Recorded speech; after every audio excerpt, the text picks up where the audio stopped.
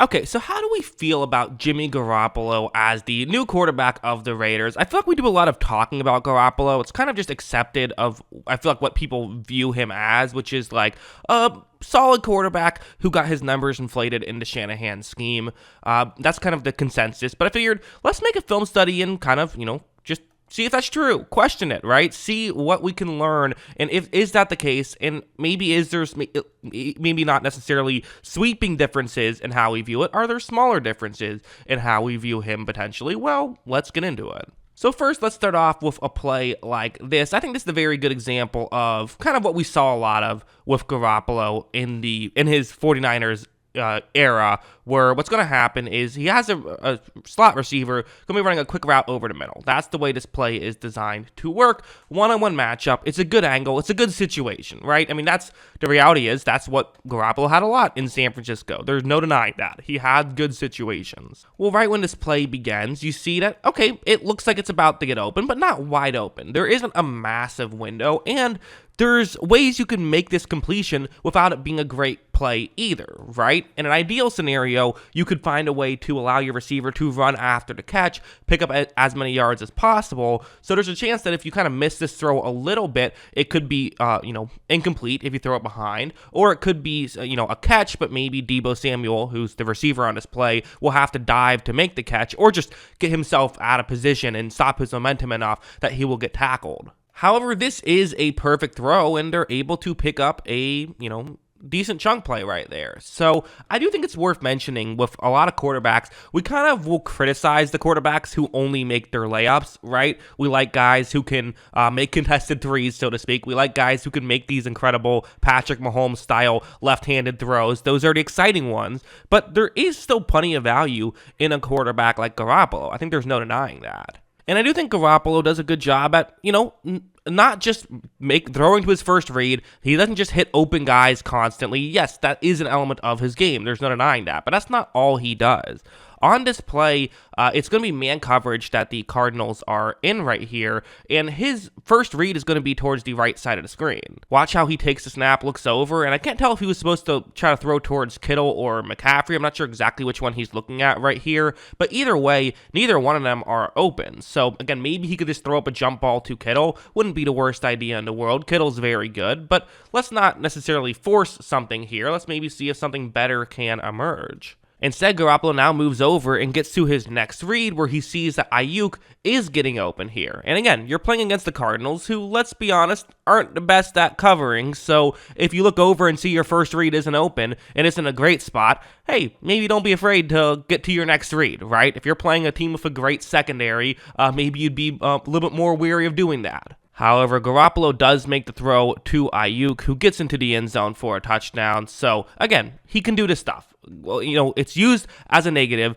game managers, right? That's an insult for most players. But Garoppolo is a great game manager. He is great at managing the game. And you kind of think of the two styles of, I guess, the two ways you can impact the game as a quarterback. There's the game manager stuff and then the playmaker stuff. The playmaker stuff is when nothing's open, you scramble outside the pocket, eventually someone gets open and you make a throw that way. Or even like simply, I don't know, you see something at the line and then you adjust to allow something like that to happen. A playmaker, I guess the way I would phrase it is a play that your average quarterback wouldn't have been able to do, a way that the coach didn't expect you to do. Maybe that's the better way to phrase it. It's a play that the coach didn't plan for you to make, that you went above and beyond.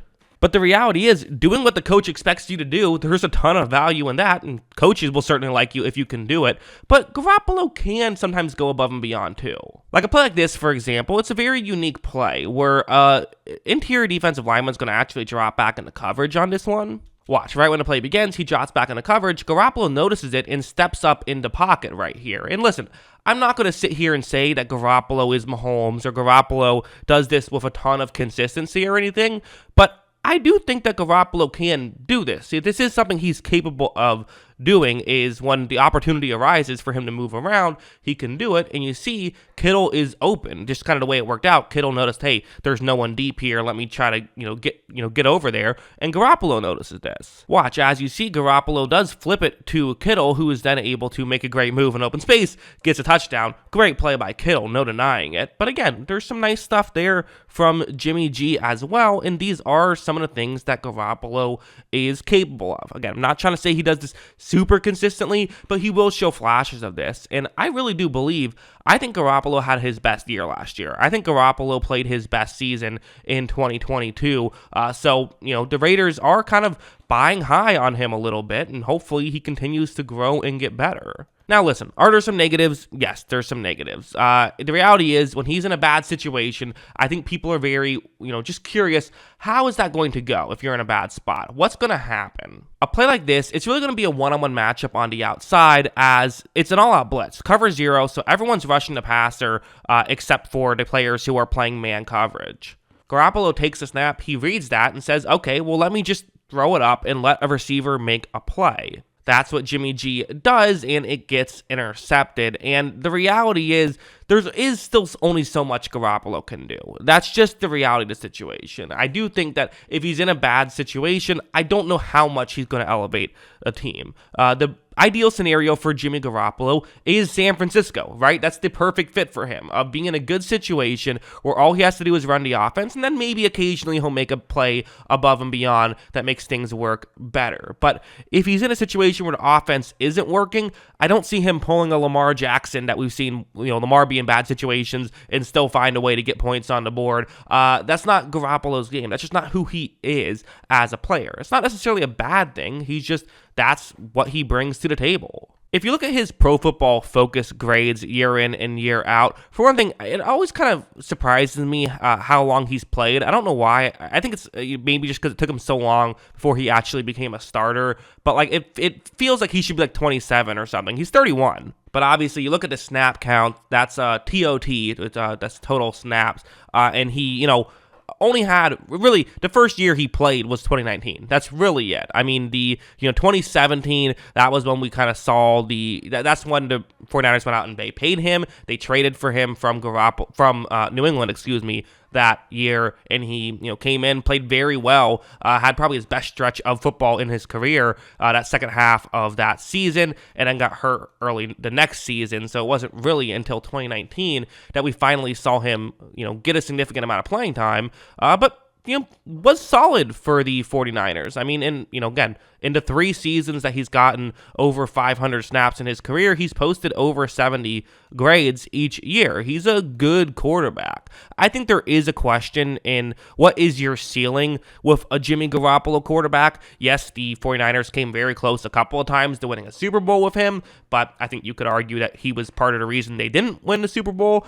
either of those years. I mean, in fact, I guess you could argue that, hey, the 2 years he stayed healthy, they either went to the conference championship or went to the Super Bowl. But again, I think the 49ers are a bit of an anomaly and a bit of an exception to the rule. Typically, you need either a cheap quarterback or an elite quarterback. While I don't have the elite quarterback, at least they're not overpaying. They're not paying elite quarterback money for him, so that kind of changes things. But I don't know.